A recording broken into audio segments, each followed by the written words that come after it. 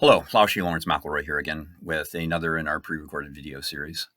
Today we're going to take another look at adding variety to our play and how variety is the spice of Tai Chi. To introduce today's focus, I'm going to tell a little story. The story comes to us from the television series from previous decade, The West Wing. And in one episode, one of the White House staff was talking to a senator, and the senator tells a little tale about first-time pilots. And he explains how first-time pilots will fly into a cloud bank they can't see. They'll check their instrumentation, but they won't believe their instrumentation, so they'll make a little adjustment. And they'll check their instrumentation again, and they'll make another adjustment.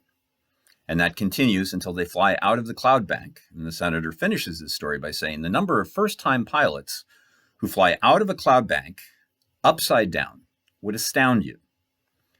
As sighted people, we rely a great deal on our visual acuity for balance, coordination, etc. So when we start to take that away from us, we have to rely on flying by our instrumentation. And that's not as easy as it sounds. Now, we don't have to start this all at once and go all dark. Like we talked about with weights, adding weight the other day and playing up to it incrementally, adding just a little bit of weight at a time in different ways.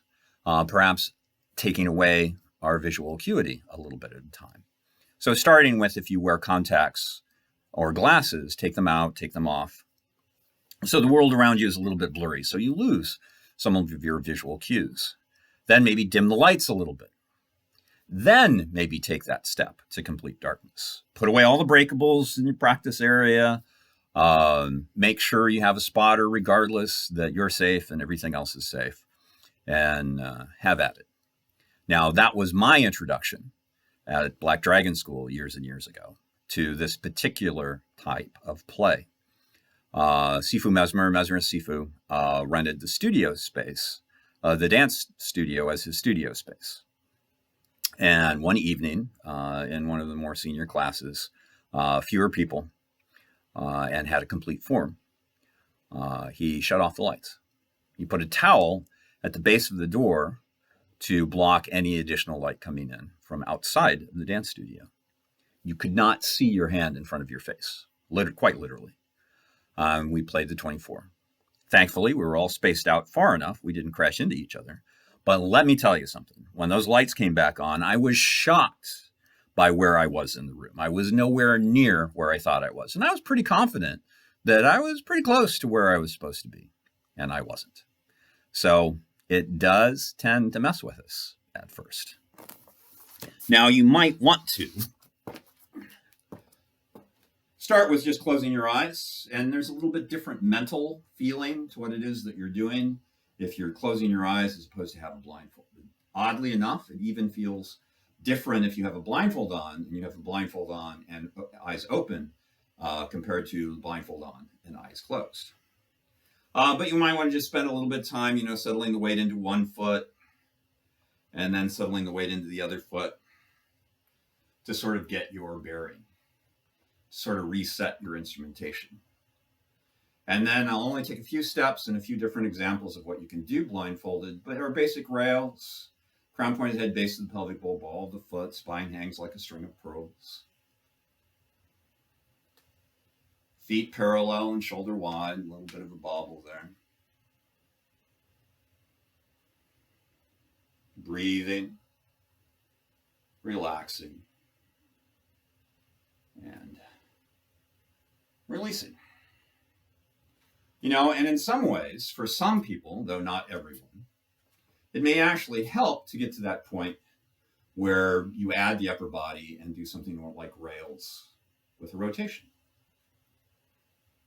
Because for some people, adding a little bit of whole body movement, in other words, moving more of your body instead of less of it, will help one stay a little bit more relaxed than they would otherwise be. And then, of course, you have, your floor exercises, form to date, forms, that sort of thing. I have my go-to in this video sequence is always water tigers parting the wild horse's mane. So I'll take a handful of steps in parting the wild horse's mane. Shearing horse's mane, wild horse shears mane, wild horse parts mane. And as I probably mentioned before, our horse's mane does indeed look different than other people's. That wasn't my best step.